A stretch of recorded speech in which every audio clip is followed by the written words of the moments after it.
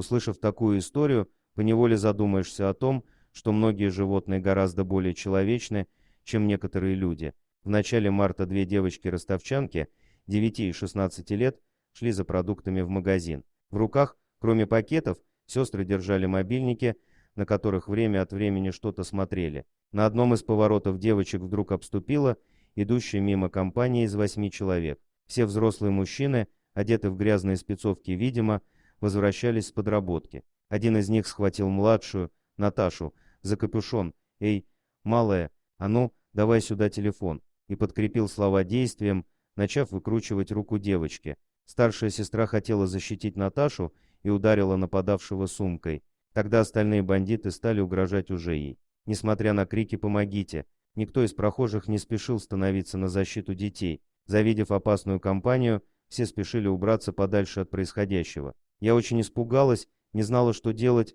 Наташа визжала очень громко, плакала, а люди проходили мимо, рассказывает школьница. Но тут вдруг со стройки неподалеку выбежала стая собак. Животные бросились к людям, окружили грабителей и девочек кольцом и стали грозно лаять на мужчин. Дворняги буквально кинулись нам на помощь. Один из мужчин ударил ближайшую собаку ногой по морде, но та укусила его и продолжала защищать нас, говорят дети. Преступники засуетились. Громкий лай собак привлек внимание, и вот уже возле места события остановилась маршрутка.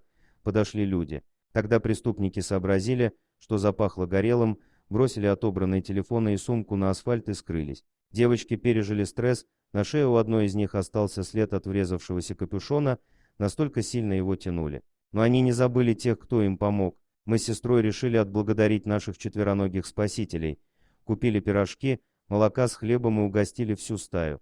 Я очень благодарна этим животным. И мне непонятно, почему проходящие люди не помогли нам, ведь видели же, что на нас напали, недоумевает девочка. Вот такая история спасения.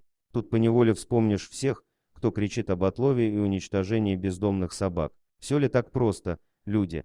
Дорогие друзья, если вам понравилось видео, поставьте лайк, а также подписывайтесь на канал, где найдете еще много интересного.